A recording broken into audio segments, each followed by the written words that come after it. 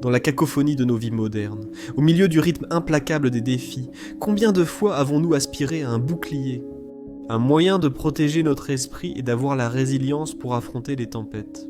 Étonnamment, la réponse pourrait se trouver dans un passé lointain, pas dans le futur. Dans les pages de lettres, écrites par un philosophe stoïcien, Sénèque, la résilience est souvent évoquée dans les discours de motivation et les livres de développement personnel. Mais que signifie vraiment être résilient? Est-ce que cela signifie ne jamais tomber? Ou bien se relever à chaque fois qu'on tombe? Les stoïciens avaient une perspective unique à ce sujet, considérant la résilience non pas comme un trait inné, mais comme une compétence, un muscle qui peut être développé et renforcé par la pratique, l'introspection et surtout la compréhension. À travers le trésor que représentent les lettres de Sénèque, nous découvrirons que le concept stoïcien de résilience est étroitement lié à notre compréhension de la vie, de la mort, de la santé et de la nature même des défis. Ce ne sont pas que des concepts statiques, mais des forces dynamiques qui façonnent notre existence. En les comprenant, nous ne devenons pas seulement résilients, nous devenons maîtres de notre destinée. Aujourd'hui, nous allons explorer 5 lettres de Sénèque qui abordent spécifiquement le cœur de l'endurance humaine. Depuis l'affrontement de nos peurs infondées et la compréhension véritable de la nature du plus grand défi de la vie, jusqu'à la prise de conscience du lien profond entre notre force mentale et notre bien-être physique. Ces lettres regorgent d'enseignements qui sont d'une pertinence frappante face à nos défis contemporains. Chaque lettre, reflet des propres expériences et observations de Sénèque, sert de phare illuminant le chemin vers la véritable résilience. Elles nous incitent à changer de perspective, à voir les défis non pas comme des obstacles insurmontables, mais comme des occasions de grandir. Elles nous apprennent que la véritable force d'une personne ne se révèle pas dans les moments de confort et de commodité, mais face à l'adversité et à l'incertitude. Le voyage d'aujourd'hui ne consiste pas seulement à lire des lettres anciennes, il s'agit d'intégrer une philosophie qui peut nous rendre inébranlables. Il s'agit de comprendre la différence entre être brisé et être forgé, et surtout de réaliser que la résilience n'est pas un don, c'est un choix. Alors que nous nous lançons dans cette exploration, je vous invite à ouvrir non seulement vos oreilles, mais aussi vos cœurs et vos esprits. Car ce que nous allons découvrir n'est pas seulement une sagesse ancienne, mais aussi des outils intemporels pour une vie de force, de dignité et de résilience inébranlable.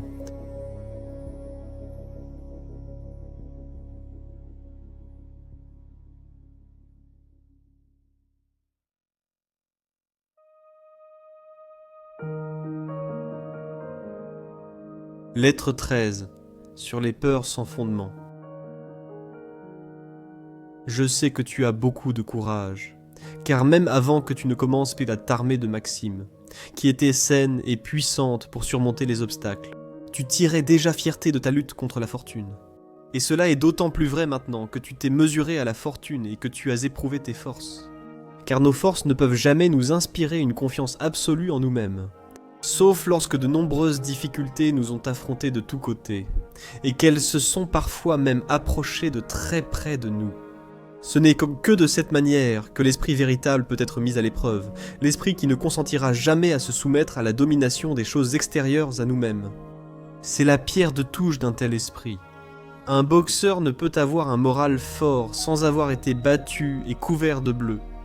Le seul concurrent qui peut entrer dans l'arène avec confiance est celui qui a vu son propre sang, qui a senti ses dents claquer sous le poing de son adversaire, celui qui a été renversé et a ressenti toute la force de l'assaut adverse, celui qui a été terrassé physiquement, mais jamais dans son esprit, celui qui, aussi souvent qu'il tombe, se relève chaque fois avec encore plus de défis qu'auparavant.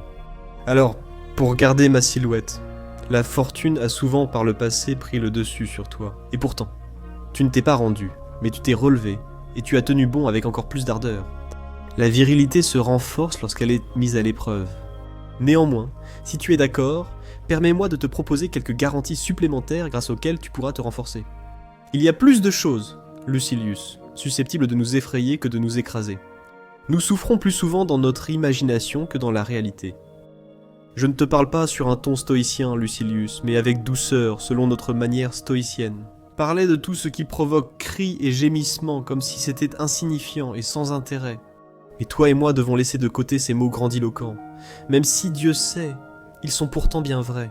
Ce que je te conseille, c'est de ne pas être malheureux avant que la crise n'arrive. Puisqu'il se peut que les dangers, devant lesquels tu as pâli comme s'ils te menaçaient, ne t'arrivent jamais. Ils ne sont certainement pas encore arrivés.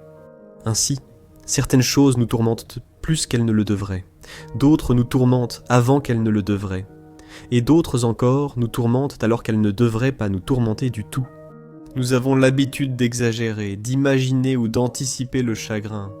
La première de ces 3 fautes peut être remise à plus tard pour le moment, car le sujet est en discussion, et l'affaire est encore devant le tribunal, pour ainsi dire. Ce que j'appellerais insignifiant, tu soutiendras que c'est très grave. Je sais que certains rient sous les coups de fouet, d'autres grimacent pour une simple tape sur l'oreille. Nous examinerons plus tard si ces mots tirent leur pouvoir de leur propre force ou de notre propre faiblesse. Fais-moi cette faveur. Quand des hommes veulent te persuader que tu es malheureux, écoute tes propres sentiments plutôt que leurs paroles, et prends conseil auprès d'eux. Et t'interroger toi-même de façon indépendante, car tu connais tes propres affaires mieux que quiconque. Demande-toi, y a-t-il une raison pour laquelle ces personnes devraient me présenter leurs condoléances ? Pourquoi auraient-ils peur d'une infection venant de moi, comme si les problèmes étaient des contagieux ? Y a-t-il un mal en cause ? Ou s'agit-il simplement d'une mauvaise réputation plutôt que d'un véritable mal ? Posez-vous la question de votre plein gré. Suis-je tourmenté sans raison valable ? Suis-je morose ? Et est-ce que je transforme ce qui n'est pas un mal en un mal ? Vous pourriez rétorquer par la question : comment savoir si mes souffrances sont réelles ou imaginaires ? Voici la règle pour de telles situations. Nous sommes tourmentés soit par des choses présentes, soit par des choses à venir, ou par les deux. En ce qui concerne les choses présentes, la décision est facile. Supposons que votre personne jouisse de la liberté et de la santé, et que vous ne souffriez d'aucune blessure extérieure. Pour ce qui pourrait lui arriver ensuite, nous verrons plus tard. Aujourd'hui, il n'y a rien de mal avec cela, mais vous dites qu'il va lui arriver quelque chose. Tout d'abord, demandez-vous si vos preuves de problèmes futurs sont certaines, car il arrive plus souvent que nous soyons troublés par nos appréhensions et que nous soyons tournés en dérision par cette moqueuse qu'est-ce la rumeur, qui règle souvent les guerres, mais plus encore le sort des individus. Oui, cher Lucilius, nous acceptons trop vite ce que disent les gens. Nous ne mettons pas à l'épreuve les choses qui provoquent notre peur, nous ne les examinons pas. Nous pâlissons et nous reculons, comme des soldats contraints de quitter leur camp à cause d'un nuage de poussière soulevé par un troupeau affolé, ou qui sont pris de panique à cause de la propagation d'une rumeur non vérifiée. Et d'une manière ou d'une autre, c'est le simple bruit qui nous trouble le plus. Car la vérité a ses propres limites définies. Mais ce qui naît de l'incertitude est livré aux suppositions et à la liberté irresponsable d'un esprit effrayé. C'est pourquoi aucune peur n'est aussi destructrice et incontrôlable que la panique. Car les autres peurs sont sans fondement, mais celle-ci est insensée. Examinons donc la question attentivement. Il est probable que certains malheurs nous arriveront, mais ce n'est pas un fait présent.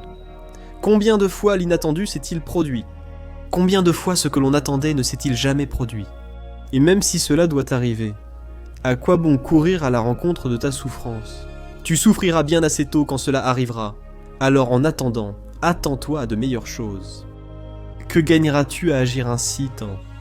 Bien des choses surviendront d'ici là qui pourront retarder, interrompre ou transmettre à quelqu'un d'autre. Les épreuves qui sont proches, ou même juste devant toi. Un incendie a ouvert la voie à la fuite. Des hommes ont été épargnés en douceur par une catastrophe. Parfois, l'épée a été arrêtée même à la gorge de la victime. Des hommes ont survécu à leur bourreau. Même le malheur est imprévisible. Il viendra peut-être ou non. En attendant, ce n'est pas le cas. Alors, attends-toi à de meilleures choses. L'esprit, parfois, se façonne lui-même de fausses images du mal alors qu'aucun signe ne laisse présager le mal.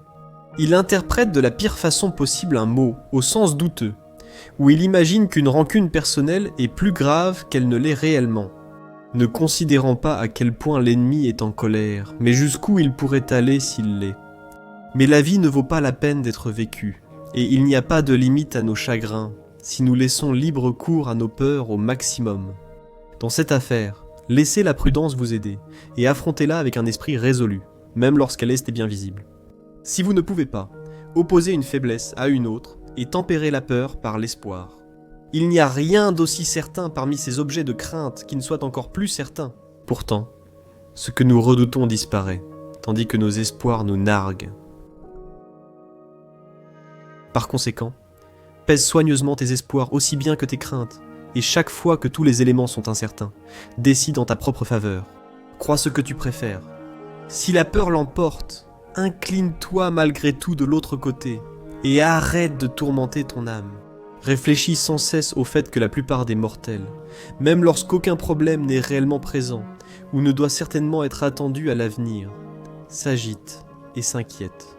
Personne ne s'arrête de lui-même lorsqu'il commence à être poussé en avant, et il ne règle pas non plus son inquiétude en fonction de la réalité. Personne ne dit « L'auteur de l'histoire est un imbécile, et celui qui l'a cru l'est aussi, tout comme celui qui l'a inventé. Nous nous laissons porter par chaque brise, nous sommes effrayés par les incertitudes, comme si elles étaient certaines. Nous n'observons aucune modération. La moindre chose fait pencher la balance et nous plonge aussitôt dans la panique. Mais j'ai honte soit de vous admonester sévèrement, soit d'essayer de vous amadouer avec de tels remèdes doux. Qu'un autre dise « Peut-être que le pire n'arrivera pas ». Vous-même devez dire « Eh bien, et si cela arrive ? Voyons qui l'emportera. Peut-être que cela arrive dans mon intérêt. Il se peut qu'une telle mort apporte du crédit à ma vie. Socrate a été anobli par la coupe de ciguë. La clé anglaise de la main de Caton, son épée, le défenseur de la liberté, et vous le privez de la plus grande part de sa gloire. Je vous exhorte depuis bien trop longtemps, alors que vous avez besoin d'être rappelé à l'ordre plutôt que d'être exhorté. Le chemin que je vous montre est le même que celui de votre nature. Vous êtes né pour une conduite telle que celle que je décris. Par conséquent, il y a d'autant plus de raisons pour que vous développiez et embellissiez le bien qui est en vous. Mais maintenant, pour conclure ma lettre, il ne me reste plus qu'à y apposer le sceau habituel. En d'autres termes, y inscrire quelques nobles messages à vous transmettre. Le fou, avec tous ses autres défauts, a aussi celui-ci. Il se prépare toujours à vivre. Réfléchis, cher Lucilius, à cette parole, et tu verras à quel point c'est révoltant. L'inconstance des hommes qui, chaque jour, posent de nouveaux fondements à leur vie et commencent à bâtir de nouveaux espoirs, même au bord de la tombe. Cherche dans ton esprit des exemples personnels. Tu penseras à des vieillards qui, à cette même heure, se préparent à une carrière politique, à voyager ou à se lancer dans les affaires. Et quoi de plus bas que de se préparer à vivre alors qu'on est déjà vieux ? Je ne devrais pas nommer l'auteur de cette maxime, sauf qu'il est assez peu connu, et que ce n'est pas l'un de ces dictons populaires d'Épicure que je me suis permis de louer et de m'approprier. Adieu.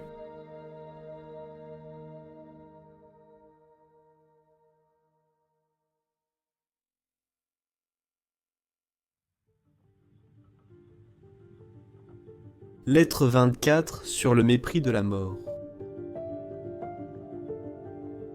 Tu m'écris que tu es inquiet du résultat d'un procès dont un adversaire en colère te menace. Et tu attends de moi que je te conseille, que tu t'imagines une issue plus heureuse et que tu te reposes sur les séductions de l'espérance. Pourquoi donc est-il nécessaire d'appeler à soi des ennuis qu'il faudra bien endurer en temps voulu, une fois qu'ils seront arrivés, ou d'anticiper les soucis et de gâcher le présent par la crainte de l'avenir ? Il est absurde d'être malheureux maintenant, juste parce qu'on pourrait l'être plus tard. Mais je vais t'amener à la tranquillité d'esprit par une autre voie. Si tu veux te débarrasser de toute inquiétude, considère que ce que tu crains arrivera sûrement quoi qu'il arrive. Quel que soit le problème, évalue-le dans ton esprit et estime l'ampleur de ta peur.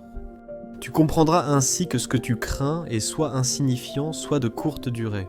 Et tu n'as pas besoin de passer beaucoup de temps à rassembler des exemples qui te renforceront. Chaque époque en a produit. Laisse tes pensées voyager à travers n'importe quelle époque de l'histoire romaine ou étrangère, et des exemples remarquables de grandes réalisations ou de grands efforts s'imposeront à toi. Si tu perds cette affaire, peut-il t'arriver quelque chose de plus grave que d'être envoyé en exil ou conduit en prison ? Existe-t-il pire sort à craindre pour un homme que d'être brûlé ou tué ? Nomme ces peines, une par une, et mentionne les hommes qui les ont méprisées. Il n'est pas nécessaire de les chercher bien loin. C'est simplement une question de choix. Rutilius a supporté la sentence de condamnation, comme si seule l'injustice de la décision le dérangeait. Métellus a enduré l'exil, Rutilius avec courage, voire joie. Le premier n'est revenu que parce que sa patrie l'appelait. Il a refusé de revenir quand Sylla l'a convoqué, ce que personne ne faisait alors. Socrate, en prison, a discouru et a refusé de s'enfuir lorsque certaines personnes lui en ont donné l'occasion. Il est resté là afin de libérer l'humanité de la peur de deux choses les plus pénibles, la mort et l'emprisonnement. Mucius a mis sa main dans le feu. Être brûlé est douloureux, mais s'infliger soi-même cette souffrance l'est encore plus. Voici un homme sans instruction, non préparé à affronter la mort et la douleur par la sagesse, et doté seulement du courage d'un soldat qui se punissait lui-même pour son audace vaine.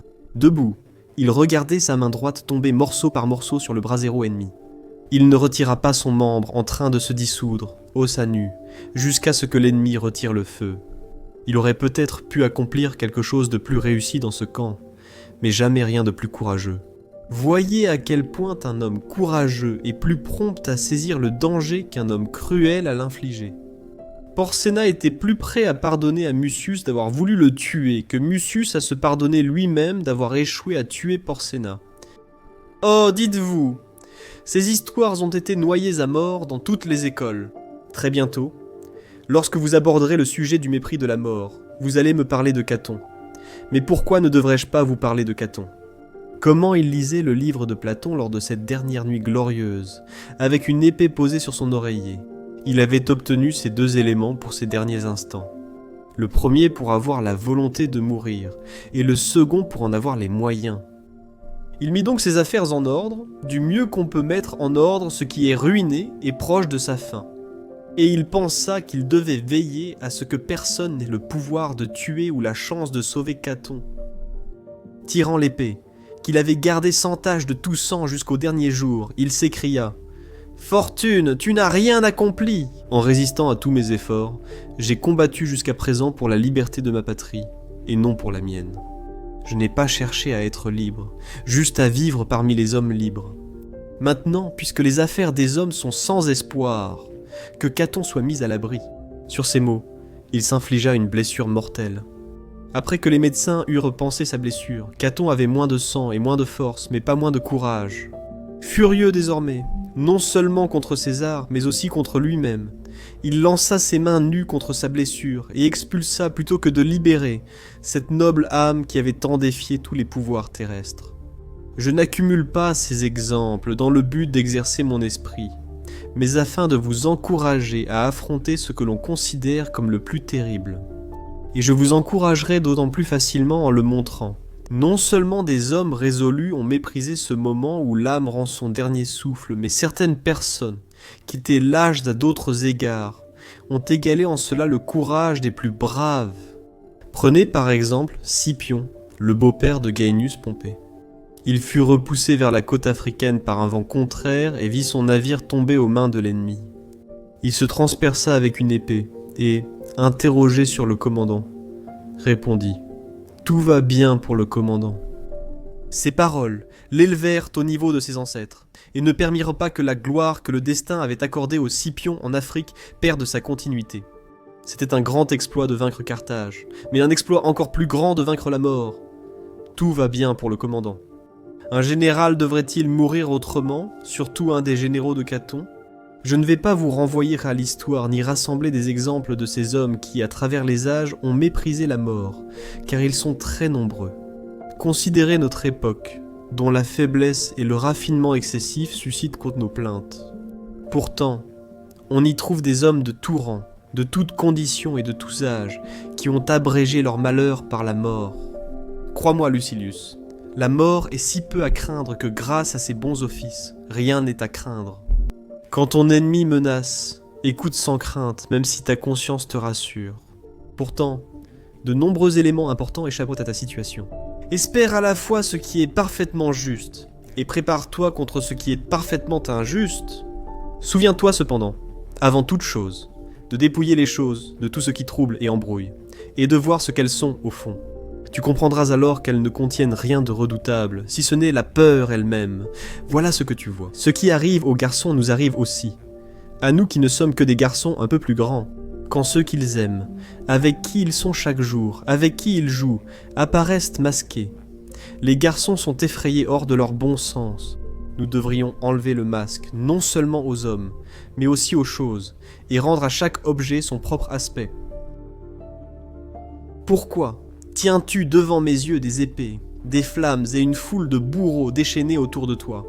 Enlève tout ce vain apparat derrière lequel tu te caches, et effraie les sots. Ah, tu n'es rien, mais la mort, que hier encore un valet et une servante ont méprisé. Pourquoi recommences-tu à t'étaler ainsi devant moi, avec tout cet apparat, le fouet et la roue? Pourquoi ces instruments de torture sont-ils préparés? Un pour chaque membre du corps, et toutes les autres innombrables machines pour déchirer un homme en morceaux, morceau par morceau, éloigner toutes ces choses qui nous paralysent de terreur. Et toi, silence, les gémissements et cris arrachés à la victime déchirée sur la roue. En réalité, tu n'es que la douleur, méprisée par ce goutteux misérable, subie par ce dyspeptique parmi ses mets, endurée courageusement par la jeune fille en travail. Tu es légère si je peux te supporter, tu es brève si je ne peux pas te supporter. Médite ces paroles, que tu as souvent entendues et souvent prononcées. De plus, vérifie par les résultats si ce que tu as entendu et prononcé est vrai, car il y a un reproche très honteux, souvent adressé à notre école, selon lequel nous nous occupons des mots et non des actes de la philosophie. Qu'as-tu appris à l'instant même? Que la mort plane au-dessus de ta tête, en ce moment l'exil, en ce moment la tristesse. Tu es né pour ces périls. Considérons tout ce qui peut arriver comme quelque chose qui arrivera. Je sais que tu as fait ce que je te conseille. Je t'avertis maintenant de ne pas noyer ton âme dans ces petites inquiétudes qui sont les tiennes. Si tu le fais, l'âme sera émoussée, et il lui restera trop peu de vigueur lorsque viendra le moment de se relever. Détache ton esprit de toi-même pour l'orienter vers les autres. Dis-toi que nos petits corps sont mortels et fragiles. La douleur peut les atteindre par d'autres causes que l'injustice ou la force du plus puissant. Nos plaisirs deviennent des tourments. Les banquets apportent l'indigestion, les beuveries, la paralysie des muscles et la paralysie générale. Les habitudes sensuelles touchent les pieds, les mains et chaque articulation. Je peux devenir pauvre, être un parmi d'autres, ou être exilé. Je me considérerai alors comme étant né à l'endroit où l'on m'enverra. Ils peuvent ne me mettre au fer, et alors? Suis-je libre de toute entrave maintenant? Voici ce fardeau pesant d'un corps auquel la nature m'a enchaîné. Je vais mourir, dites-vous. Vous voulez dire que je ne courrai plus le risque de la maladie. Je ne courrai plus le risque de l'emprisonnement. Je ne courrai plus le risque de la mort. Je ne suis pas assez fou pour répéter ici les arguments qu'Épicure répète souvent. Dire que les terreurs du monde d'en bas sont vaines, qu'Ixion ne tourne pas, que Sisyphe n'escalade pas la colline, que les entrailles d'un homme ne soient pas restaurées et dévorées chaque jour. Personne n'est assez enfantin pour craindre Cerbère, ou les ombres, ou l'habit spectral de ceux qui ne sont maintenus que par leurs os décharnés. La mort nous anéantit ou nous dépouille. Si nous sommes alors libérés, il reste la meilleure part, après que le fardeau a été retiré. Si nous sommes anéantis, il ne reste rien. Le bien et le mal disparaissent également. Permettez-moi de citer un de vos vers, en suggérant qu'il s'adressait autant à vous-même qu'aux autres. Dire une chose et en penser une autre est ignoble. Écrire une chose et en penser une autre l'est encore plus. Je me souviens qu'un jour, vous traitiez ce lieu commun bien connu selon lequel nous ne tombons pas soudainement sur la mort, mais que nous avançons vers elle par de légers degrés. Nous mourrons chaque jour. Chaque jour, une petite partie de notre vie nous est enlevée, même lorsque nous grandissons. Notre vie décline, nous perdons notre enfance, puis notre adolescence, et ensuite notre jeunesse. En comptant même hier, tout le temps passé est du temps perdu. Le jour que nous vivons est partagé entre nous et la mort. Ce n'est pas la dernière goutte qui vide la clepsydre, mais tout ce qui s'est écoulé auparavant. De même, la dernière heure où nous cessons d'exister n'apporte pas la mort en elle-même. Elle ne fait qu'achever le processus de la mort. Nous atteignons la mort à ce moment-là, mais nous avons longtemps été en chemin. En décrivant cette situation, vous avez dit dans votre style habituel, car vous êtes toujours impressionnant, mais jamais plus percutant que lorsque vous exprimez la vérité avec des mots appropriés. La mort qui vient n'est pas unique. La mort qui nous emporte n'est que la dernière de toutes. Je préfère que vous lisiez vos propres mots plutôt que ma lettre. Car alors, il vous sera clair que cette mort, dont nous avons peur, est la dernière, mais pas la seule mort. Je vois ce que vous cherchez. Vous demandez ce que j'ai glissé dans ma lettre. Quelle parole inspirante d'un grand esprit, quel précepte utile. Je vais donc vous envoyer quelque chose qui traite précisément de ce sujet dont nous venons de parler. Épicure réprimande aussi bien ceux qui désirent combattre la mort que ceux qui la redoutent. Il est absurde, dit-il, de courir vers la mort parce que l'on est las de la vie, alors que c'est justement sa façon de vivre qui a poussé à courir vers la mort. Et dans un autre passage, quoi de plus absurde que de rechercher la mort, alors que c'est par la peur de la mort que tu as privé ta vie de tranquillité. Et tu peux ajouter une troisième affirmation du même genre. Les hommes sont si irréfléchis, voire si fous, que certains, par peur de la mort, se forcent eux-mêmes à mourir. En méditant l'une de ces idées, tu renforceras ton esprit pour affronter la vie comme la mort. Car nous devons être avertis et fortifiés dans les deux sens, ne pas trop aimer, ni trop haïr la vie, même lorsque la raison nous conseille d'y mettre fin. Il ne faut pas adopter cette impulsion sans réflexion ni avec précipitation. L'homme grave et sage ne doit pas battre en retraite précipitamment devant la vie, il doit faire une sortie digne. Et surtout, il doit éviter la faiblesse qui s'est emparée de tant de personnes, la soif de mort. Comme il existe aussi une tendance irréfléchie de l'esprit vers d'autres choses. Ainsi, mon cher Lucilius, il y a une tendance irréfléchie vers la mort. Cela saisit souvent les hommes les plus nobles et les plus courageux, tout comme les lâches et les abjects. Les premiers méprisent la vie, les seconds la trouvent pénible. Certains sont poussés par la lassitude de répéter les mêmes choses, non par haine de la vie, mais parce qu'ils en sont rassasiés. Nous glissons dans cet état, alors que la philosophie elle-même nous y pousse, et nous disons « Combien de temps dois-je endurer les mêmes choses ? Dois-je continuer à me réveiller, dormir, avoir faim, être rassasié, frissonner, transpirer ?» Rien n'a de fin. Toutes choses sont liées dans une sorte de cercle. Elles fuient, et elles sont poursuivies. La nuit est sur les talons du jour, le jour sur les talons de la nuit. L'été se termine en automne, l'hiver se précipite après l'automne, et l'hiver s'adoucit au printemps. La nature passe toujours pour revenir. Je ne fais ni ne vois rien de nouveau. Tôt ou tard, on se lasse de cela, moi aussi. Beaucoup pensent que vivre n'est pas douloureux, mais superflu. Adieu.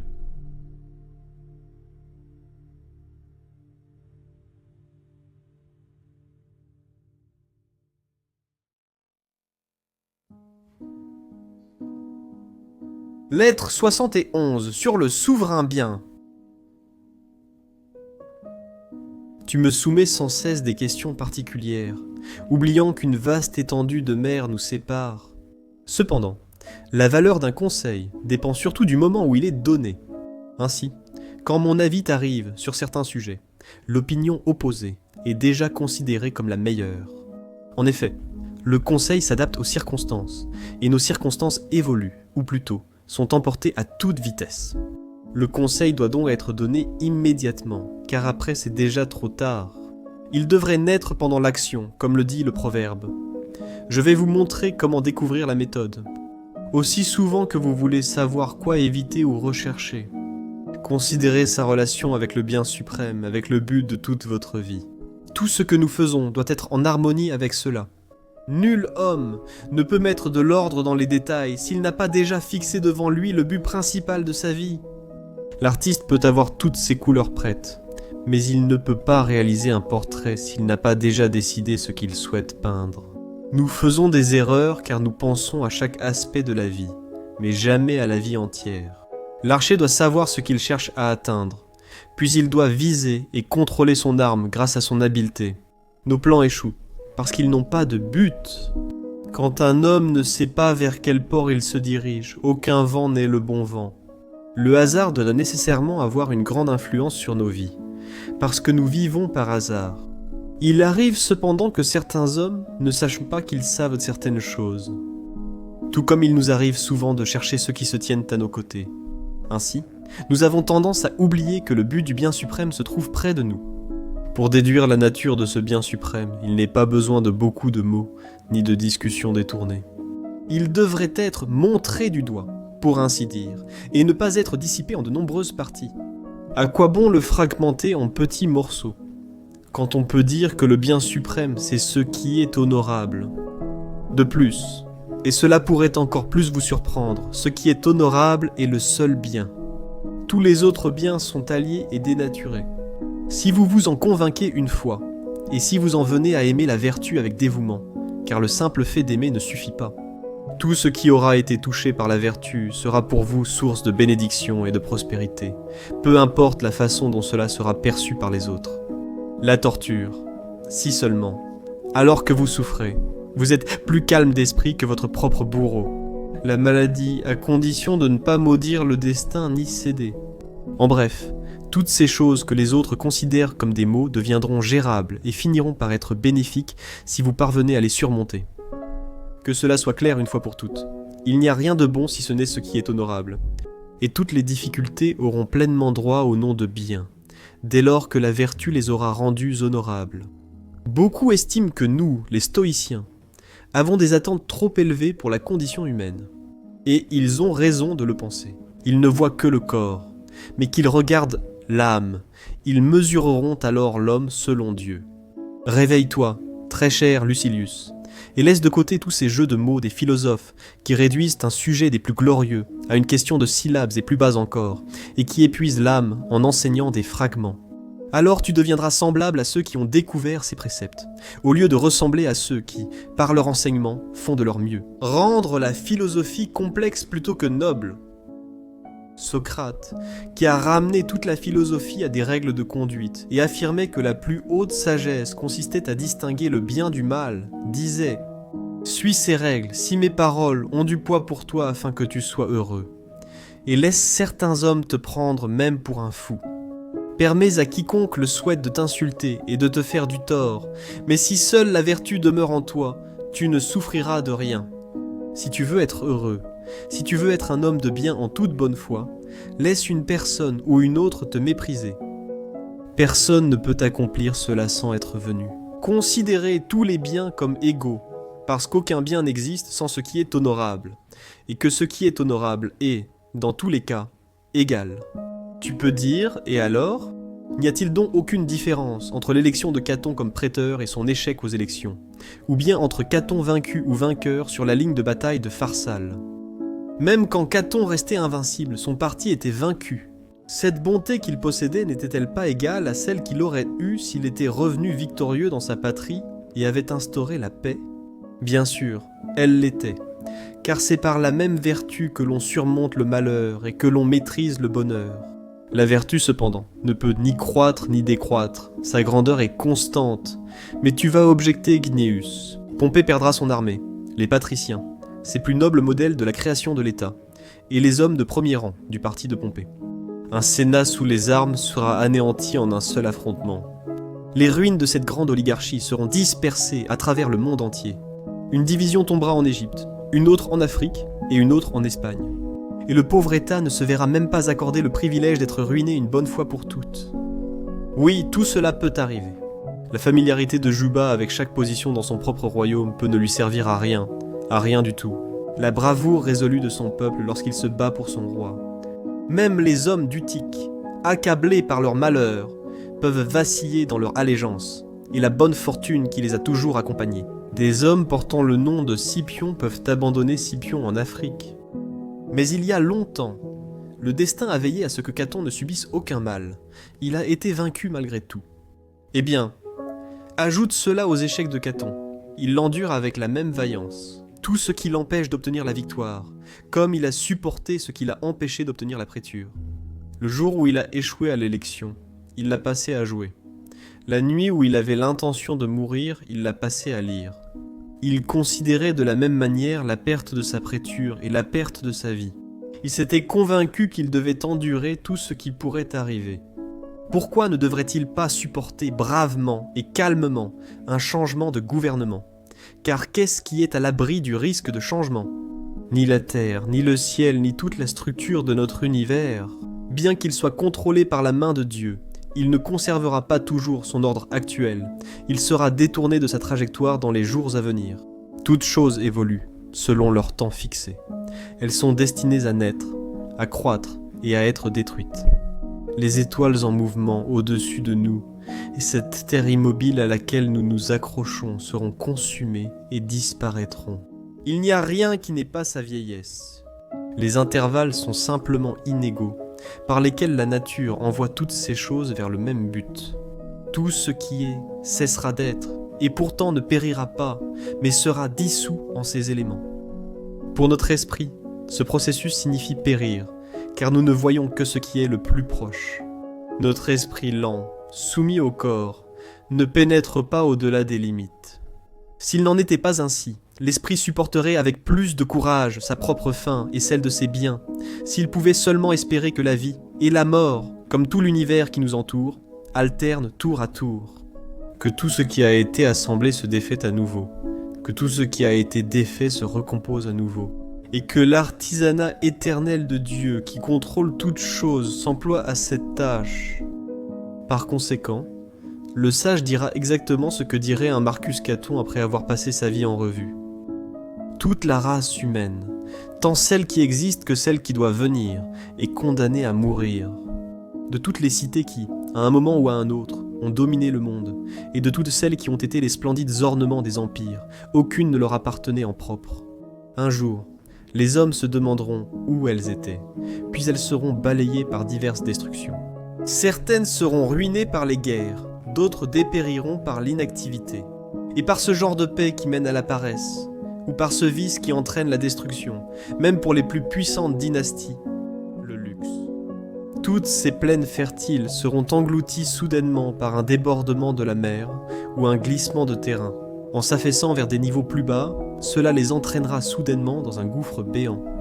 Pourquoi serais-je en colère ou triste si je précède la destruction générale de si peu de temps ? Que les grandes âmes se conforment aux volontés de Dieu et subissent sans hésitation tout ce que le destin, selon la loi de l'univers, leur impose. Car à la mort, l'âme est envoyée vers une vie meilleure, proche de la divinité, dans plus de lumière et de paix. Ou bien, du moins, sans subir aucun mal, elle sera de nouveau mêlée à la nature et retournera à l'univers. Ainsi, la mort honorable de Caton fut aussi bonne que sa vie. Puisque la vertu n'admet aucune extension, Socrate disait que la vérité et la vertu étaient une seule et même chose. De même que la vérité ne grandit pas, la vertu non plus ne grandit pas, car elle a ses justes proportions et elle est complète. Tu ne dois donc pas t'étonner que les biens soient égaux, tant ceux qui doivent être choisis délibérément que ceux que les circonstances ont imposés. Car si tu adoptes une fois l'idée qu'ils sont inégaux, estimant par exemple qu'une endurance courageuse de la torture fait partie des biens moindres, tu la compteras parmi les maux. Aussi. Tu diras Socrate malheureux en prison, Caton malheureux lorsqu'il rouvre ses blessures avec plus de courage qu'en se les infligeant, et Régulus, le plus malchanceux de tous, lorsqu'il paie le prix d'avoir tenu sa parole même envers ses ennemis. Et pourtant, aucun homme, même le plus efféminé du monde, n'a jamais osé soutenir une telle opinion.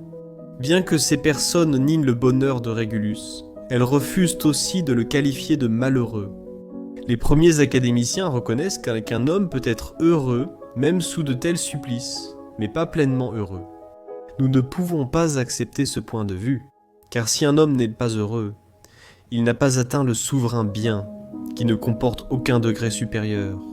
Si seule la vertu existe chez cet homme, et si l'adversité n'altère pas sa vertu, même si le corps est blessé, la vertu reste intacte et persiste. Je comprends la vertu comme étant noble et élevée, de sorte qu'elle est stimulée par tout ce qui la trouble. Cet esprit, que les jeunes nobles adoptent souvent lorsqu'ils sont profondément émus par la beauté d'un objet honorable qu'ils méprisent. Tous les dons du hasard nous sont assurément insufflés et communiqués par la sagesse. La sagesse apportera la conviction qu'il n'y a qu'un seul bien, ce qui est honorable et que cela ne peut être ni diminué ni augmenté. Pas plus qu'une règle de charpentier, avec laquelle on vérifie les lignes droites, ne peut être courbée. Modifier la règle gâche la ligne droite. En appliquant cette image à la vertu, nous dirons « La vertu aussi est droite et sans courbure. Qu'est-ce qui peut être plus tendu qu'une chose déjà rigide ? Telle est la vertu qui juge de tout, mais rien ne juge la vertu. Et si cette règle, la vertu elle-même, ne peut pas être rendue plus droite, alors les choses créées par la vertu ne peuvent pas non plus, dans un cas, être plus droites, et dans un autre, moins droites, car elles doivent nécessairement correspondre à la vertu, donc elles sont égales. Appelles-tu aussi bon le fait de s'allonger à un banquet et de subir la torture, comme tu le dis? Cela te semble-t-il surprenant? Tu pourrais être encore plus surpris par ce qui suit. S'allonger à un banquet est un mal, tandis que s'allonger sur le chevalet est un bien. Si le premier acte est accompli de manière honteuse, et le second de manière honorable, ce n'est pas la matière qui rend ces actions bonnes ou mauvaises, c'est la vertu. Tous les actes dans lesquels la vertu s'est manifestée ont la même mesure et la même valeur. En ce moment, l'homme qui mesure l'âme de tous les hommes à l'aune de la sienne me brandit le poing au visage. Je pense qu'il existe une égalité entre celui qui juge avec honneur et celui qui accepte une sentence avec honneur. Ou parce que je considère qu'il y a une parité entre les biens, de celui qui célèbre un triomphe et de celui qui, invaincu dans son esprit, est traîné devant le char du vainqueur. Car ces critiques pensent que tout ce qu'ils ne peuvent pas faire eux-mêmes n'est pas fait. Ils jugent la vertu à la lumière de leur propre faiblesse. Pourquoi t'étonnes-tu si cela aide un homme, et parfois même lui plaît, d'être brûlé, blessé, tué ou enfermé en prison? Pour l'homme luxurieux, la simplicité est une punition. Pour le paresseux, le travail est un châtiment. Le dandy plaint l'homme diligent. Pour le paresseux, les études sont une torture. De même, nous considérons comme difficiles et insupportables les choses pour lesquelles nous sommes tous faibles de caractère, oubliant quel supplice c'est pour beaucoup d'hommes de s'abstenir de vin ou d'être arrachés de leur lit à l'aube. Ces actions ne sont pas en soi difficiles, c'est nous-mêmes qui sommes mous et faibles. Nous devons porter des jugements sur les grandes choses, avec grandeur d'âme. Sinon, ce qui est réellement notre faute semblera être la leur. Ainsi, certains objets parfaitement droits lorsqu'ils sont plongés dans l'eau paraissent, à l'observateur, courbés ou brisés. Ce qui compte, ce n'est pas seulement ce que tu vois, mais avec quels yeux tu le vois. Nos âmes ont une vision trop émoussée pour percevoir la vérité. Mais donne-moi un jeune homme sain et d'esprit solide, il dira que le plus chanceux est celui qui supporte sur des épaules inébranlables tout le poids de l'adversité, celui qui se montre supérieur au destin. Il n'y a rien d'étonnant à ce que l'on ne soit pas ballotté lorsque le temps est calme. Réservez votre étonnement pour les cas où un homme se relève alors que tous les autres sombrent et garde sa position alors que tous les autres sont à terre. Quel élément de mal y a-t-il dans la torture et dans les autres choses que nous appelons des épreuves? Il me semble que le mal réside dans ceci, que l'esprit fléchit, ploie et s'effondre. Mais rien de tout cela ne peut arriver au sage. Il reste droit sous n'importe quelle charge, rien ne peut le soumettre. Rien de ce qui doit être enduré ne l'irrite. Car il ne se plaint pas d'avoir été frappé par ce qui peut frapper n'importe quel homme. Il connaît sa force et sait qu'il est fait pour porter des fardeaux. Je ne retire pas le sage de la catégorie des hommes, ni ne lui nie le sentiment de la douleur, comme s'il était un rocher qui n'a aucun sentiment.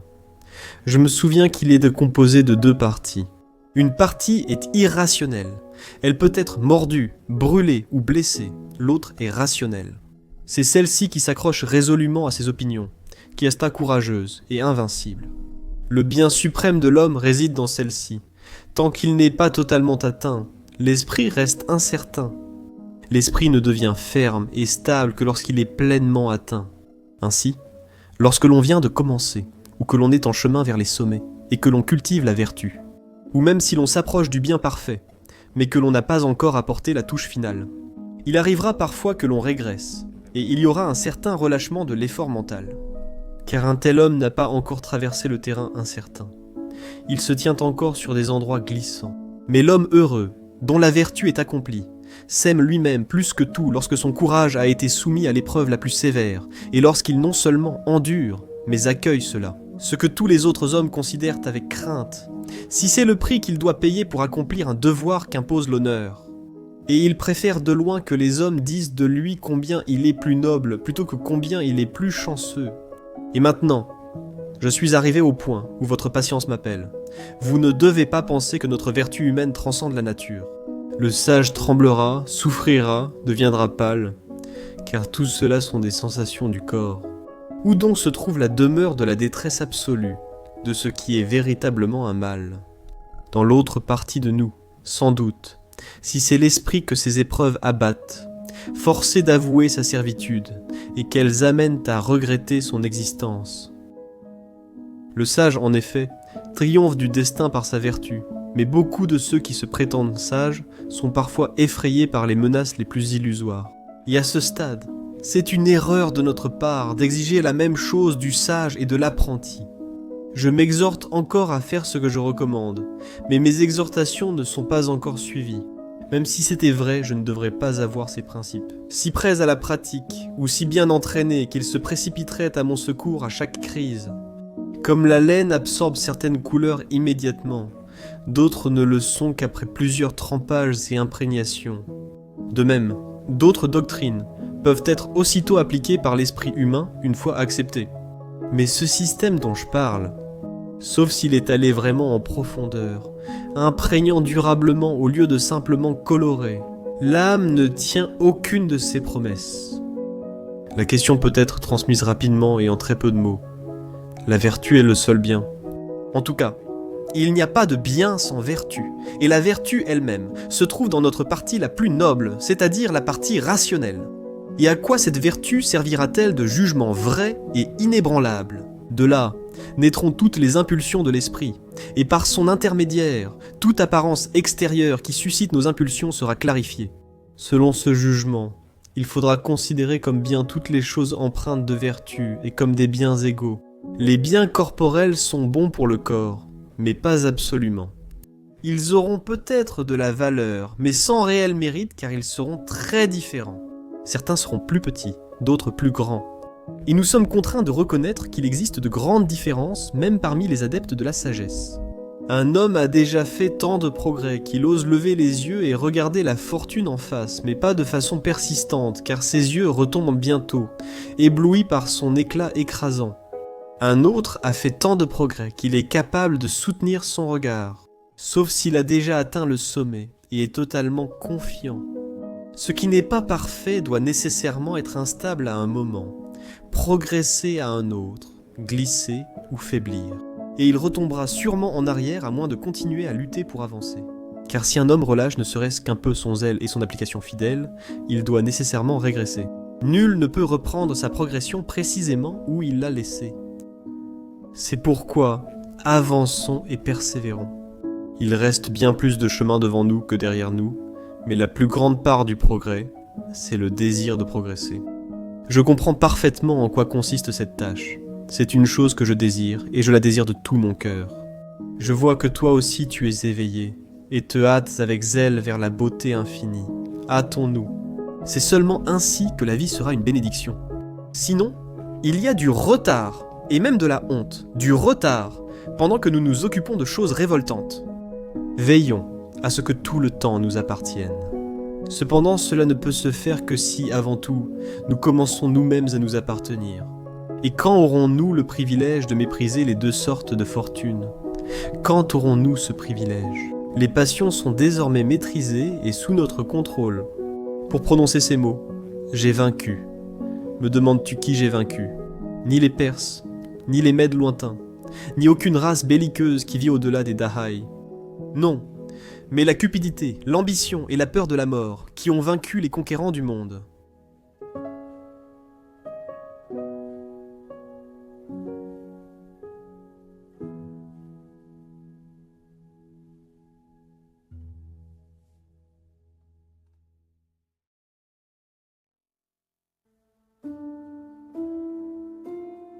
Lettre 78. Le pouvoir de guérison de l'esprit. Que vous soyez fréquemment gêné par le reniflement du catarrhe et par de brèves attaques de fièvre, qui suivent de longues et chroniques crises de catarrhe, j'en suis désolé, surtout parce que j'ai moi-même connu ce genre de maladie et que je l'ai méprisé à ses débuts. Jeune, je supportais les épreuves et affrontais la maladie avec courage. J'ai fini par céder, au point de ne plus pouvoir que renifler. Réduit comme je l'étais, à l'extrême maigreur. J'ai souvent eu l'impulsion de mettre fin à ma vie sur le champ, mais la pensée de mon bon vieux père m'en a empêché. Car je ne réfléchissais pas à quel point j'avais le courage de mourir, mais à quel point il aurait peu de force pour supporter courageusement ma perte. Je me suis ordonné de vivre, car parfois, c'est déjà un acte de bravoure. À présent, je vais vous dire ce qui m'a consolé durant ces jours-là, en précisant d'emblée que ces mêmes soutiens à ma tranquillité d'esprit était aussi efficace qu'un médicament. Une consolation honorable aboutit à une guérison, et tout ce qui a élevé l'âme aide aussi le corps. Mes études ont été mon salut. J'attribue à la philosophie le mérite d'avoir recouvré la santé et retrouvé mes forces. Je dois beaucoup à la philosophie, et c'est l'un de mes moindres devoirs envers elle. Mes amis m'ont aussi aidé à retrouver la santé. Leurs paroles réconfortantes, le temps passé à mon chevet, et leurs discussions me consolaient. Rien. Mon excellent Dusilius, rien ne réconforte et n'aide autant un malade que l'affection de ses amis. Rien ne dissipe autant l'attente et la peur de la mort. En fait, je ne pourrais croire que je suis en train de mourir s'il me survivait. Oui, je le répète, il me semblait que je continuerais à vivre non pas avec eux, mais à travers eux. Je m'imagine ne pas rendre mon âme, mais la leur transmettre. Toutes ces choses m'ont donné l'envie de me secourir moi-même et d'endurer n'importe quelle torture. D'ailleurs, c'est un état des plus misérables que d'avoir perdu le goût de mourir et de n'avoir aucun goût à vivre. Ce sont donc là les remèdes auxquels tu dois avoir recours. Le médecin te prescrira tes promenades et tes exercices. Il t'avertira de ne pas devenir dépendant de l'oisiveté, comme c'est la tendance de l'invalide inactif. Il t'ordonnera de lire à voix plus haute, et d'exercer tes poumons, dont les conduits et la cavité sont affectés, ou de naviguer, et de secouer tes entrailles par un peu de mouvement doux. Il te conseillera sur l'alimentation et le bon moment pour prendre du vin ou t'en abstenir, afin d'éviter que ta toux ne s'aggrave ou devienne sèche. Mais pour ma part, mon conseil pour toi est le suivant, et c'est un remède non seulement pour cette maladie dont tu souffres, mais pour toute ta vie. Méprise la mort. Une fois libéré de sa peur, le chagrin disparaît du monde. Chaque maladie comporte 3 aspects graves: peur de la mort, douleur physique et perte des plaisirs. Sur la mort, tout a été dit. J'ajouterai seulement que cette peur n'est pas celle de la maladie, mais de la nature. La maladie a souvent retardé la mort, et l'idée de la mort a sauvé bien des hommes. Ou bien vous mourrez, non pas parce que vous êtes malade, mais parce que vous êtes en vie. Même guéri, la même fin vous attend. Lorsque vous serez rétabli, ce n'est pas la mort, mais la mauvaise santé que vous aurez évitée. Revenons maintenant à l'examen de l'inconvénient caractéristique de la maladie. Elle s'accompagne de grandes souffrances. La souffrance, cependant, devient supportable grâce à des interruptions, car la tension d'une douleur extrême doit finir par cesser. Aucun homme ne peut souffrir à la fois intensément et longtemps. La nature, qui nous aime avec la plus grande tendresse, nous a ainsi fait que la douleur est soit supportable, soit de courte durée. Les douleurs les plus vives touchent les parties les plus fines du corps. Les nerfs, les articulations et tout autre passage étroit font souffrir cruellement lorsqu'un problème survient dans ces espaces resserrés. Mais ces parties s'engourdissent rapidement, et bien à cause même de la douleur, perdent la sensation de la douleur. Que ce soit parce que la force vitale, lorsqu'elle est entravée dans son cours naturel et altéré, perd le pouvoir particulier grâce auquel elle prospère et nous avertit, ou à cause des humeurs malades du corps. Lorsqu'elles n'ont plus d'endroit où s'écouler, elles se retournent sur elles-mêmes et privent de sensations les parties où elles ont provoqué une congestion. Ainsi la goutte, tant aux pieds qu'aux mains, et toute douleur dans les vertèbres et dans les nerfs, ont leurs intervalles de repos au moment où elles ont engourdi les parties qu'elles avaient auparavant torturées. Les premières douleurs dans tous ces cas sont celles qui causent la détresse, et leur apparition est atténuée avec le temps. La douleur disparaît dès que l'engourdissement s'installe. La douleur aux dents, aux yeux et aux oreilles est des plus aiguës précisément parce qu'elle commence dans les espaces étroits du corps, tout aussi aiguë en fait que celle ressentie dans la tête elle-même. Mais si elle est plus violente que d'habitude, elle se transforme en délire et en stupeur. C'est donc une consolation face à une douleur excessive que vous ne pouvez éviter. Vous cessez de la ressentir si vous la ressentez à l'excès. Les personnes inexpérimentées sont impatientes face à la douleur car elles n'ont pas appris à se contenter de ce qu'elles ont. En esprit, ils ont été étroitement liés au corps. Ainsi, un homme noble et sensé sépare l'âme du corps et reste surtout avec la part supérieure ou divine, seulement autant qu'il le faut, avec la partie plaintive et fragile. Mais c'est une épreuve, disent-ils, de se priver de nos plaisirs, de jeûner, d'avoir soif et faim. Ce sont de grandes difficultés quand on s'abstient pour la première fois. Plus tard, le désir s'apaise, car les appétits eux-mêmes, qui mènent au désir, se fatiguent et nous abandonnent. Puis l'estomac devient capricieux, et la nourriture désirée devient détestable. Nos besoins s'éteignent. Mais il n'y a aucune amertume à se passer de ce que l'on ne désire plus. De plus, toute douleur s'arrête parfois, ou du moins s'atténue. De plus, on peut prendre des précautions contre son retour et lorsqu'elle menace, on peut la maîtriser grâce à des remèdes. Chaque type de douleur a ses symptômes prémonitoires. C'est vrai du moins pour la douleur habituelle et récurrente.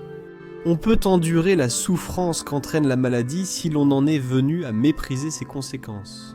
Mais ne rends pas tes ennuis plus lourds à supporter de ton propre chef et ne t'alourdis pas en te plaignant. La douleur était légère si l'opinion n'y a rien ajouté. Mais si, au contraire, tu commences à t'encourager et à te dire « ce n'est rien, tout au plus une broutille, garde courage et cela cessera bientôt », alors, en la considérant comme légère, tu la rendras légère. Tout dépend de l'opinion.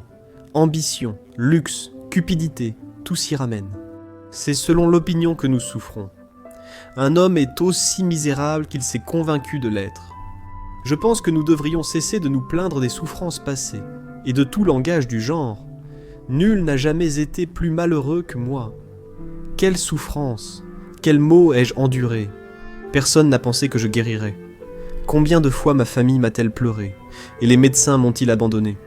Les hommes placés sur la roue ne sont pas déchirés avec une telle agonie. Cependant, même si tout cela est vrai, c'est terminé et révolu. Quel avantage y a-t-il à ressasser les souffrances passées et à être malheureux simplement parce qu'on l'a été autrefois? D'ailleurs, chacun amplifie beaucoup ses propres maux et se ment à lui-même.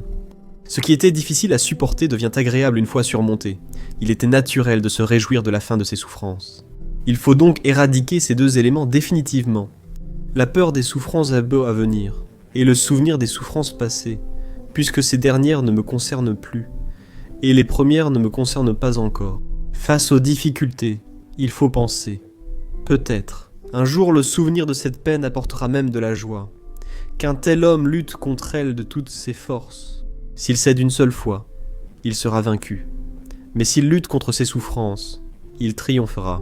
Cependant, la plupart des hommes attirent sur leur propre tête une ruine qui s'effondre, alors qu'ils devraient essayer de la soutenir. Si tu commences à retirer ton soutien à ce qui s'avance vers toi, vacille et est prêt à s'effondrer, cela te suivra et s'appuiera sur toi encore plus lourdement. Mais si tu tiens bon et que tu décides de lui résister, il sera repoussé. Quels coups les athlètes reçoivent-ils au visage et sur tout le corps? Néanmoins, par leur désir de gloire, ils endurent toutes les tortures. Et ils subissent ces choses, non seulement parce qu'ils combattent, mais afin de pouvoir combattre. Leur entraînement même signifie torture. Alors gagnons nous aussi le chemin de la victoire dans tous nos combats. Car la récompense n'est ni une couronne, ni une palme, ou un trompettiste qui appelle au silence lors de la proclamation de nos noms, mais plutôt la vertu, la fermeté d'âme et une paix acquise pour toujours. Si la fortune a déjà été complètement vaincue dans un combat, tu dis « Je ressens une douleur intense ». Et alors? Es-tu soulagé si tu la supportes comme une femme? De même qu'un ennemi est plus dangereux pour une armée en retraite. Chaque malheur que la fortune nous inflige nous attaque d'autant plus violemment si nous cédons et tournons le dos. Mais le problème est grave. Est-ce pour cela que nous sommes forts, afin que nous ayons de légers fardeaux à porter? Préféreriez-vous que votre maladie s'éternise, ou la voudriez-vous brève et rapide? Si elle dure longtemps, cela signifie un répit, vous accorde une période de repos, vous offre le bienfait d'avoir beaucoup de temps. Comme elle survient, elle doit aussi disparaître. Une maladie brève fera l'une des deux choses suivantes. Elle s'éteindra ou sera éteinte. Et quelle différence cela fait-il qu'elle ne soit pas ou que je ne sois pas? Dans chaque cas, la douleur prend fin. Cela aussi aidera à détourner l'esprit vers d'autres pensées, et ainsi à s'éloigner de la douleur. Rappelle-toi les actions honorables ou courageuses que tu as accomplies. Considère le bon côté de ta propre vie. Repasse en mémoire ces choses que tu as particulièrement admirées. Pense ensuite à tous les hommes courageux qui ont triomphé. La douleur de celui qui a continué à lire son livre pendant qu'on lui coupait les veines variqueuses. De celui qui n'a pas cessé de sourire, même si ce sourire a tellement exaspéré ses bourreaux qu'ils ont essayé sur lui tous les instruments de leur cruauté. Si la douleur peut être vaincue par un sourire, ne le sera-t-elle pas par la raison? Vous pouvez désormais me parler de tout. Rhume, toux, crises qui nous font cracher, fièvre qui dessèche nos entrailles. La soif, les membres tordus, les articulations saillantes dans tous les sens. Mais pire encore, il y a le bûcher, la roue, les plaques brûlantes, l'instrument qui rouvre les plaies alors qu'elles sont encore enflées, qui enfonce leur empreinte encore plus profondément. Et pourtant, il y a eu des hommes qui n'ont pas poussé un gémissement au milieu de ces tortures. Encore plus, dit le bourreau, mais la victime n'a pas supplié d'être libérée. Il répète, encore plus sans obtenir de réponse. La victime a souri, et de bon cœur en plus. Ne peux-tu pas, après un tel exemple, te moquer de la douleur ? Mais tu objectes. Ma maladie ne me permet pas de faire quoi que ce soit. Elle m'a retiré de tous mes devoirs. C'est ton corps qui est entravé par la maladie, et non ton âme également. C'est pour cette raison qu'elle entrave les pieds du coureur, et gênera le travail du cordonnier ou de l'artisan. Si ton âme s'exerce souvent, tu plaideras, enseigneras, écouteras, apprendras, investigueras et méditeras. Quoi de plus nécessaire ? Penses-tu que tu ne fais rien ? Si tu fais preuve de maîtrise de toi-même dans ta maladie, tu montreras qu'une maladie peut être surmontée, ou du moins supportée. Je t'assure, la vertu a sa place, même sur un lit de malade. Ce n'est pas seulement l'épée et la ligne de bataille qui prouvent que l'âme est vigilante et invaincue par la peur. Un homme peut faire preuve de bravoure, même lorsqu'il est enveloppé dans ses draps. Tu as quelque chose à faire. Lutte courageusement contre la maladie. Si elle ne t'oblige à rien, ne te séduit vers rien. C'est un exemple remarquable que tu montres. Oh, quelle ample matière il y aurait pour la renommer si nous pouvions avoir des spectateurs de notre maladie. Sois ton propre spectateur, cherche tes applaudissements. Il existe deux sortes de plaisirs. La maladie freine les plaisirs du corps, mais ne les supprime pas. Non, à vrai dire, elle sert même à les exciter. Car plus un homme a soif, plus il apprécie une boisson. Plus il a faim, plus il prend de plaisir à manger. Tout ce qui nous échoit après une période d'abstinence est accueilli avec plus d'enthousiasme. Les autres plaisirs, cependant, ceux de l'esprit, qui sont plus élevés et moins incertains, aucun médecin ne peut les refuser aux malades. Celui qui recherche ces plaisirs et sait bien ce qu'ils sont, méprise toutes les séductions des sens. Les gens disent « pauvre malade ». Mais pourquoi ? Est-ce parce qu'il ne mélange pas de la neige à son vin, ou parce qu'il ne ravive pas la fraîcheur de sa boisson, mélangée dans un grand bol avec de la glace pilée ? Ou parce qu'il n'a pas d'huîtres de Lucrine ouvertes fraîches à sa table, ou parce qu'il n'y a pas de vacarme de cuisinier dans sa salle à manger, lorsqu'ils apportent leur matériel de cuisine, en même temps que leurs plats. Car le luxe a déjà inventé cette mode de faire accompagner le dîner par la cuisine, afin que les mets ne deviennent pas tièdes ou ne soient pas assez chauds pour un palais déjà endurci. Pauvre malade, il mangera autant qu'il pourra digérer. Il n'y aura pas de sanglier étendu devant ses yeux. Banni de la table, comme s'il s'agissait d'une viande ordinaire. Et sur son buffet, il n'y aura pas d'amas de poitrine d'oiseaux, car cela le dégoûte de voir des oiseaux servis entiers. Quel mal t'a-t-on fait ? Tu dîneras parfois comme un malade, parfois en bonne santé. Cependant, tout cela peut être facilement supporté. Bouillie, eau tiède et tout ce qui semble insupportable à un homme délicat, à quelqu'un qui se vautre dans le luxe, malade d'âme plutôt que de corps. Si seulement nous cessons de frémir devant la mort, et nous cesserons dès que nous aurons compris les limites du bien et du mal. Alors, et alors seulement, la vie ne nous lassera pas, et la mort ne nous fera pas peur. L'excès de soi n'atteint jamais une vie qui contemple tout ce qui est multiple, grand, divin. Seul le loisir oisif fait détester la vie aux hommes. Pour qui parcourt l'univers, seule la vérité ne lasse pas. Ce sont les contre-vérités qui fatiguent. Et d'autre part, si la mort s'approche avec son appel, même si elle arrive prématurément, même si elle frappe quelqu'un dans la fleur de l'âge, un homme a goûté à tout ce que la plus longue vie peut offrir. Un tel homme a largement appris à comprendre l'univers. Il sait que les choses honorables ne dépendent pas du temps pour croître. Mais toute vie doit sembler courte à ceux qui mesurent sa durée par des plaisirs qui sont vides et, pour cette raison, sans limite. Rafraîchis-toi avec de telles pensées, et en attendant, réserve quelques heures pour nos lettres. Viendra un temps où nous serons à nouveau réunis et rapprochés. Aussi court que soit ce temps, nous le rendrons long en sachant comment l'employer. Car comme le dit Posidonios, un seul jour parmi les savants dure plus longtemps que la plus longue vie des ignorants. En attendant, tiens fermement cette pensée et garde-la près de toi. Ne cède pas à l'adversité, ne te fie pas à la prospérité. Considère toujours toute la puissance de la fortune comme si elle devait agir au maximum de ses capacités. Ce qui a été longtemps attendu arrive plus doucement. Adieu.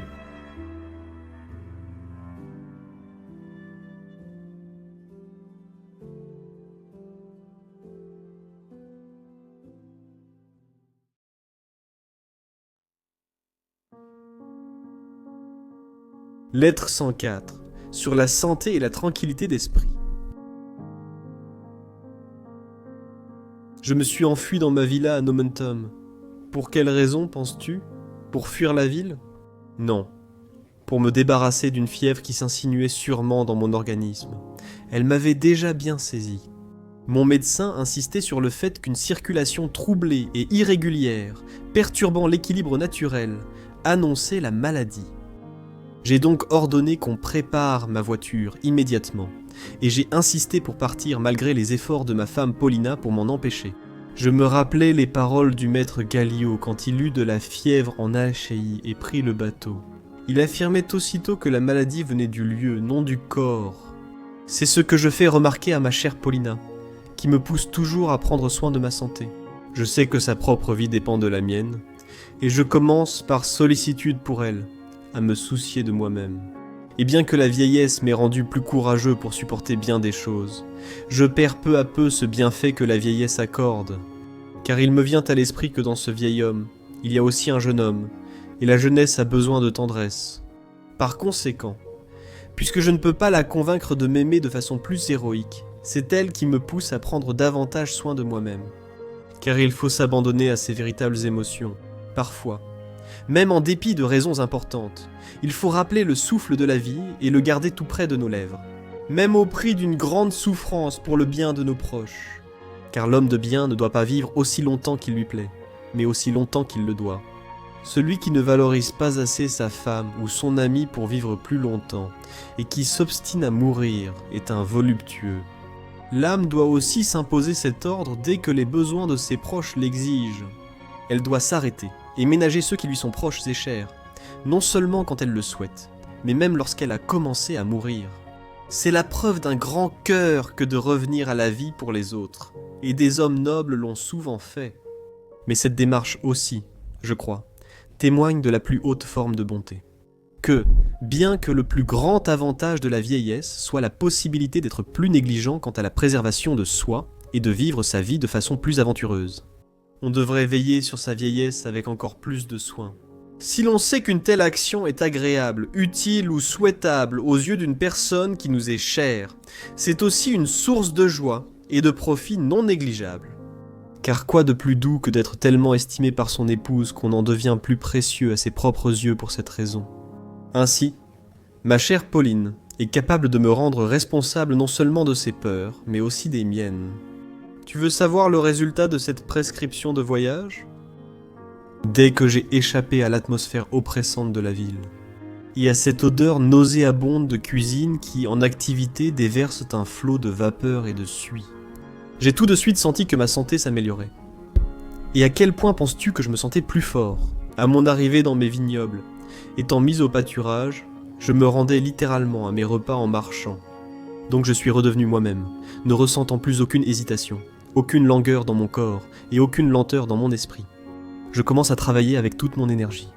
Mais le simple endroit ne sert pas à grand-chose à cet égard, à moins que l'esprit ne soit pleinement maître de lui-même et ne puisse, à sa guise, trouver la solitude, même au milieu des affaires. Cependant, l'homme qui cherche toujours des lieux de retraite et poursuit le loisir, trouvera partout quelque chose pour distraire son esprit. On rapporte que Socrate aurait répondu, lorsqu'une personne se plaignait de n'avoir tiré aucun bénéfice de ses voyages: « C'est bien fait pour toi. Tu as voyagé en ta propre compagnie. Oh, quel bonheur ce serait pour certains hommes de pouvoir s'éloigner d'eux-mêmes.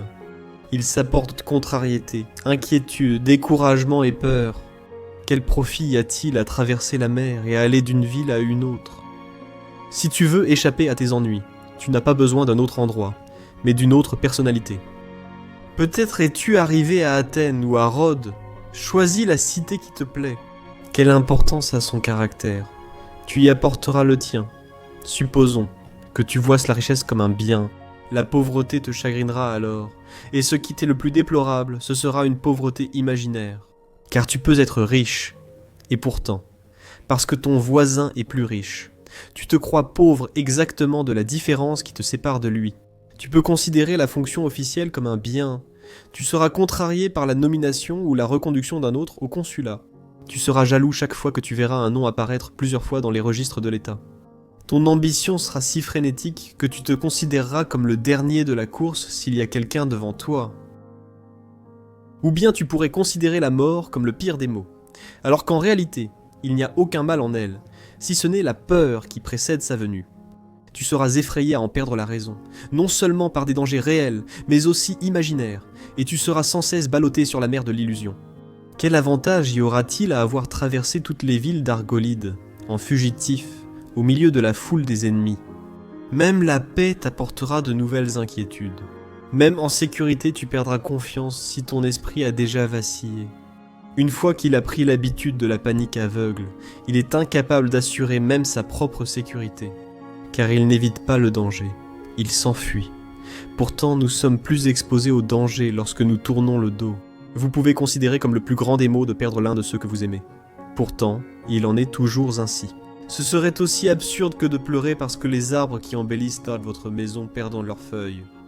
Considérez toute chose qui vous plaît comme si c'était une plante florissante. Profitez-en tant qu'elle est en feuilles, car différentes plantes, à différentes saisons, doivent tomber et mourir. Mais tout comme la perte des feuilles est une chose légère, car elles renaissent, il en est de même pour la perte de ceux que vous aimez, et considérez comme la joie de votre vie. Car ils peuvent être remplacés, même s'ils ne peuvent pas renaître. Cependant, de nouveaux amis ne seront pas les mêmes. Non, et vous non plus ne resterez le même.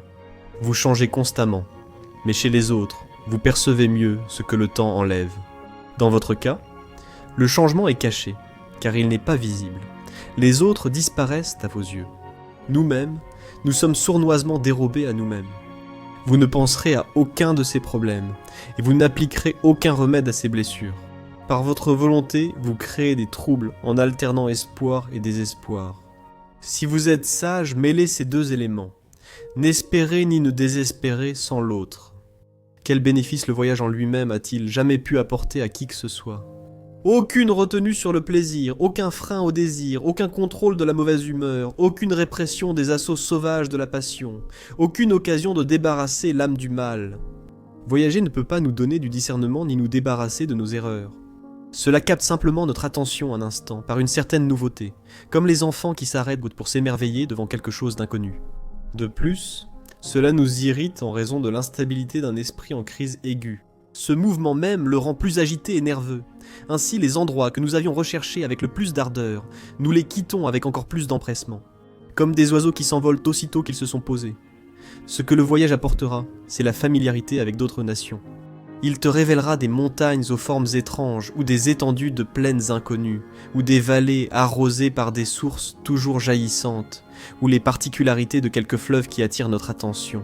Nous observons comment le Nil monte et déborde en été, ou comment le Tigre disparaît, coule sous terre à travers des espaces cachés, puis réapparaît avec la même force, ou comment le méandre, thème maintes fois repris par les poètes, effectue de nombreux détours et serpentant, frôle souvent son lit avant de poursuivre son cours. Mais ce genre d'information ne fera pas de nous des hommes meilleurs ou plus sages. Mieux vaut consacrer notre temps à étudier et à fréquenter les maîtres en sagesse, à apprendre quelque chose qui a été étudié mais pas résolu. De cette manière, l'esprit peut être libéré d'une servitude des plus misérables et accéder à la liberté. En effet, tant que vous ignorez ce que vous devez éviter ou rechercher, ce qui est nécessaire ou superflu, ou ce qui est juste ou faux, vous ne voyagerez pas, mais vous errerez simplement. Il ne vous servira à rien de courir ainsi dans tous les sens, car vous voyagez avec vos émotions et vos tourments vous suivent. Si seulement ils vous suivaient vraiment, dans ce cas, ils seraient plus loin de vous. En réalité, c'est vous qui les portez, et non l'inverse. Ils vous entourent, vous irritant et dérangeant constamment. C'est pour la médecine, et non pour le paysage, que le malade doit partir. Une recherche, Supposons que quelqu'un se soit cassé une jambe ou démis une articulation. Il ne prend pas de voiture ni de bateau pour d'autres régions. Mais il fait venir le médecin pour remettre le membre fracturé ou le replacer correctement dans son articulation. Et alors Quand l'esprit est brisé ou tordu à tant d'endroits, penses-tu qu'un changement de lieu peut le guérir? Le mal est trop profond pour être guéri par un voyage. Le voyage ne fait pas d'un homme un médecin ou un orateur. Aucun art ne s'acquiert simplement en vivant dans un certain endroit. Où se trouve donc la vérité? La sagesse, le plus grand de tous les arts, peut-elle s'acquérir au cours d'un voyage? Je vous assure, voyagez aussi loin que vous le souhaitez. Vous ne pourrez jamais vous établir hors de portée du désir, hors de portée de la mauvaise humeur ou hors de portée de la peur. Si cela avait été le cas, la race humaine se serait réunie depuis longtemps et aurait fait un pèlerinage vers cet endroit. Tant que vous porterez avec vous de tels maux, leurs causes vous accableront et vous rongeront jusqu'à la peau et aux os lors de vos errants sur terre et sur mer. Vous étonnez-vous qu'ils ne servent à rien de fuir. Ce dont vous fuyez est en vous. Par conséquent, réformez-vous vous-même, débarrassez-vous de ce fardeau et limitez les désirs qu'il faudrait éliminer. Effacez de votre âme toute trace de péché. Si vous voulez profiter de vos voyages, rendez saint le compagnon de vos voyages. Tant que ce compagnon sera avare et mesquin, la cupidité vous collera à la peau. Tant que vous côtoierez un homme arrogant, vos manières orgueilleuses resteront aussi les vôtres. Vis avec un bourreau, et tu ne te débarrasseras jamais de ta cruauté. Si un adultère est ton compagnon de club, il attisera les passions les plus viles. Si tu veux te débarrasser de tes défauts, éloigne-toi des modèles de ces défauts. L'avare, l'escroc, le tyran, le tricheur qui te feront beaucoup de mal rien qu'en étant près de toi sont en toi. Change donc pour de meilleures fréquentations. Vis avec les Cato, avec Lélius, avec Tubéron. Ou, si tu aimes vivre avec les Grecs, passe aussi ton temps avec Socrate et avec Zénon. Les premiers t'apprendront comment mourir si cela est nécessaire, les seconds comment mourir avant que cela ne le soit. Vis avec Chrysippe, avec Posidonios. Ils te feront connaître les choses terrestres et les choses célestes. Ils exigeront que tu travailles dur sur une tâche, bien plus que des tournures de phrases élégantes et des expressions récitées pour divertir les auditeurs. Ils t'ordonneront d'avoir le cœur vaillant et de te montrer supérieur aux menaces. Le seul refuge contre les tempêtes de la vie est le mépris de l'avenir. Une position ferme, une volonté de recevoir de plein fouet les coups du destin, sans se dérober ni tourner le dos. La nature nous a fait naître avec un esprit courageux, tout comme elle a implanté chez certains animaux un esprit de férocité, chez d'autres la ruse, chez d'autres encore la peur. Ainsi, elle nous a dotés d'un esprit ambitieux et élevé, qui nous pousse à rechercher une vie de plus grand honneur, et non de plus grande sécurité. Cela ressemble le plus à l'âme de l'univers, que notre esprit suit et imite autant que nos pas mortels le permettent. Cet esprit se projette en avant, sûr d'être loué et estimé. Il surpasse tous les monarques qui l'observent et ne devrait donc être subordonné à rien, ne considérant aucune tâche trop lourde ni rien d'assez fort pour alourdir les épaules d'un homme. Des formes effrayantes à regarder, de labeur ou de mort, ne sont nullement redoutables si l'on peut les regarder d'un regard inébranlable et percer les ténèbres. Bien des choses qui sont terrifiantes à la nuit tombée deviennent ridicules à la lumière du jour. Des formes terrifiantes, de labeur ou de mort. Notre Virgile l'a parfaitement dit, ces formes sont effrayantes, non pas en réalité, mais seulement à regarder. En d'autres termes, elles semblent terribles, mais ne le sont pas. Et dans ces visions, qu'y a-t-il? Je dis, aussi effrayantes que la rumeur l'a proclamée. Pourquoi donc, mon cher Lucilius, un homme devrait-il craindre la peine ou la mort mortelle? D'innombrables exemples me viennent à l'esprit. D'hommes qui pensent que ce qu'ils ne peuvent pas faire eux-mêmes est impossible, qui soutiennent que nous prononçons des paroles trop grandes pour que la nature humaine puisse les accomplir. Mais combien j'estime davantage ces hommes? Ils peuvent accomplir ces choses, mais choisissent de ne pas les faire. Pour qui ces tâches se sont-elles avérées impossibles? À qui n'ont-elles pas semblé plus simples une fois commencées? Notre manque de confiance ne vient pas de la difficulté. La difficulté vient de notre manque de confiance. Si, toutefois, tu désires un modèle, prends Socrate, un vieil homme endurant, qui a été ballotté par toutes les épreuves et qui pourtant est resté invaincu, à la fois par la pauvreté, que ses difficultés domestiques rendirent plus lourdes, et par le labeur, y compris la corvée du service militaire. Il a beaucoup souffert chez lui. Que l'on pense à sa femme, une femme aux manières rudes et à la langue acérée, ou à ses enfants dont l'indocilité montrait qu'ils ressemblaient plus à leur mère qu'à leur père. Et si l'on considère les faits, il a vécu soit en temps de guerre, soit sous des tyrans, soit sous une démocratie qui est plus cruelle que les guerres et les tyrans. La guerre a duré 27 ans. Ensuite, l'État est devenu la victime des 30 tyrans, dont beaucoup étaient ses ennemis personnels. Enfin, vint ce point culminant de la condamnation sous les accusations les plus graves. Ils l'ont accusé de troubler la religion d'État et de corrompre la jeunesse, car il déclarait qu'il avait influencé la jeunesse à défier les dieux, à défier le conseil et à défier l'État en général. Vint ensuite la prison et la coupe de poison. Mais toutes ces mesures changèrent si peu l'âme de Socrate qu'elles ne modifièrent même pas ses traits. Une distinction exceptionnelle et rare. Il conserva cette attitude jusqu'à la toute fin, et jamais personne ne vit Socrate trop exalté ou trop abattu. Malgré tous les bouleversements, il restait imperturbable. Veux-tu un autre exemple ? Prends celui du jeune Marcus Caton, avec qui la fortune se montra plus hostile et plus persistante. Mais il lui résista en toutes circonstances, et dans ses derniers instants, à l'approche de la mort, il montra qu'un homme courageux peut vivre malgré la fortune, et peut mourir malgré elle. Toute sa vie se déroula soit dans la guerre civile, soit sous un régime politique qui allait bientôt engendrer la guerre civile. On peut dire que, comme Socrate, il a affirmé son attachement à la liberté au cœur de l'esclavage. À moins peut-être que vous ne pensiez que Pompée, César et Crassus étaient les alliés de la liberté. Personne n'a jamais vu Caton changer, peu importe combien de fois l'État changeait. Il était resté le même en toutes circonstances, dans la préture, dans la défaite, sous l'accusation, dans sa province, à la tribune, dans l'armée, face à la mort. De plus, lorsque la République traversait une crise de terreur, lorsque César était d'un côté, avec 10 légions en armes à son service, aidé par tant de nations étrangères, et lorsque Pompée, de l'autre côté, se contentait d'affronter seul tous ses adversaires, et que les citoyens penchèrent soit pour César, soit pour Pompée, Caton, lui seul, forma un parti résolu pour la République.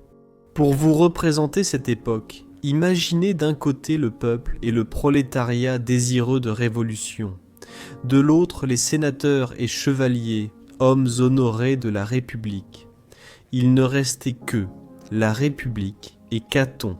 Je vous le dis, vous serez émerveillés lorsque vous verrez le fils d'Atrée, Priam et Achille, tous deux en colère. Comme Achille, il méprise et désarme chaque faction.